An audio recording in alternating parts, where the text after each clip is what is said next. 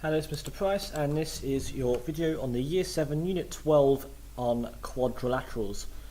We're going to go straight into this. Now, we've got very special shapes here, and we want to see what's special about them and the meaning of this shape. So, number 2 has been done for us. It's a parallelogram, and the only thing special about this shape is it has two pairs of parallel sides. Okay, now if we look at number 1, now, potentially there are some right angles here, but we don't know for absolute certainty because they're not labelled. But the one thing that we do know is that we've got one pair of parallel sides here. So I'm going to put on here one pair of parallel sides. Okay. And we know the shape which has a pair of parallel sides is a trapezium. So any quadrilateral with exactly one pair of parallel sides would be a trapezium. Let's look at number 3. Now we might instantly recognise this one as a rectangle, and you would be right, this is a rectangle. And let's have a look at what's special about it. Well, for a start, it has 4 right angles, or 4 perpendicular. In fact, I'm going to use the better term, 4 perpendicular lines.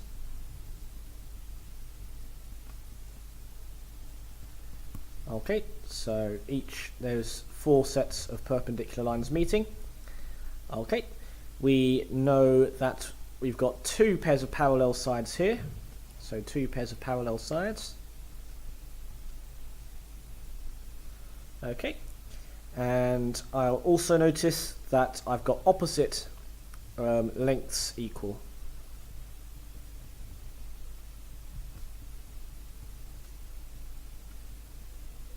Okay, opposite lengths are equal. Now let's have a look at this one down here. So, something I'll notice is that I've got 2 pairs of equal sides, and the location is quite special. So whereas these ones, the opposite sides were equal, in this one, the adjacent sides are equal. So adjacent sides are equal.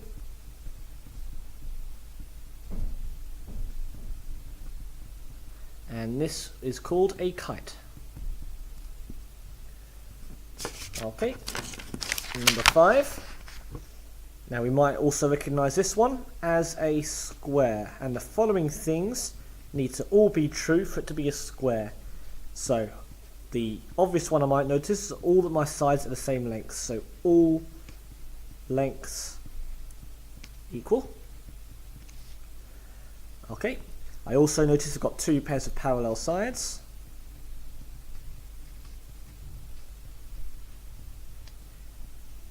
Okay. And finally, I have 4 sets of perpendicular lines.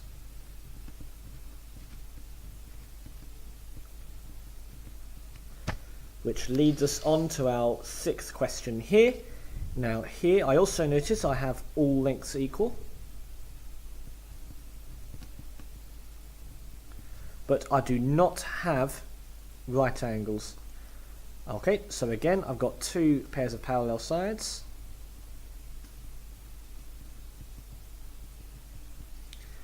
And I have opposite angles are equal.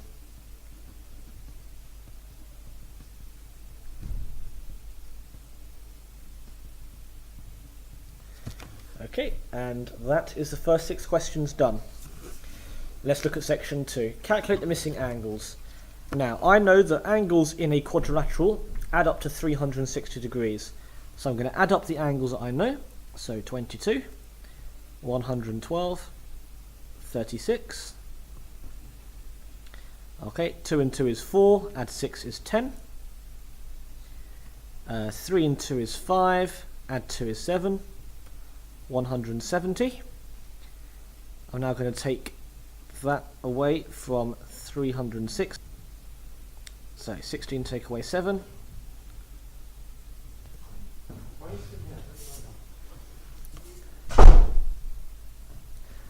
Okay, so we've got a slight interruption there.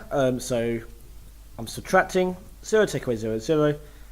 Carry the 2, 1. 16 take away 7 is 9, and 2 take away 1 is 1. So 190 degrees.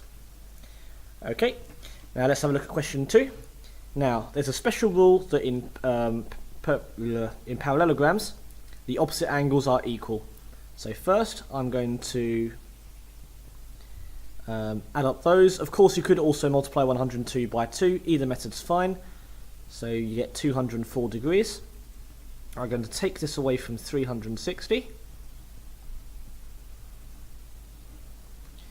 So 5 to carry the 1 to 10. 10 take away 4 is 6. 5 take away nothing is 5.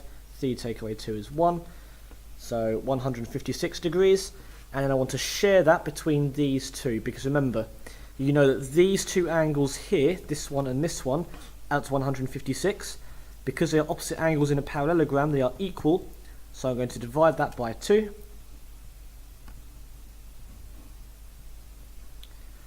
Twos into 1 don't go. 2's into 15 go. So 7. Carry the 1. 2's into 16 go 8. So 78 degrees.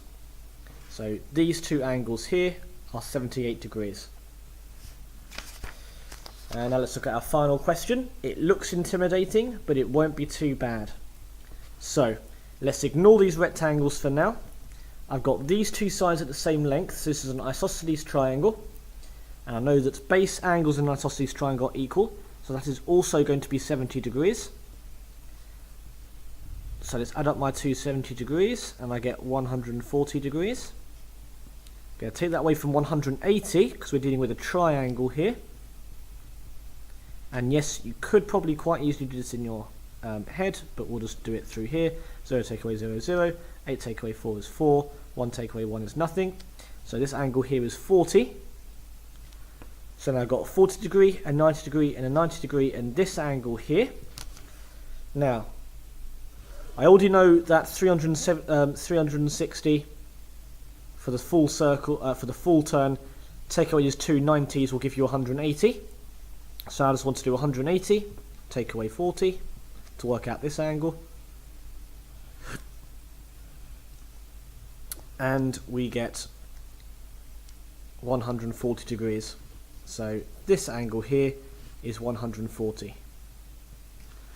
Okay, so just to recap these questions. In a quadrilateral, the angles sum up to 360. Add them all up, take away 360 degrees to work out the remaining angle. For special shapes, sometimes they'll be the same side, same angles. So these opposite angles here are the same, and these opposite angles here are the same. So take 360 from these two angles, and then divide by 2 to work out the remaining ones. And this one requires a little bit more thought.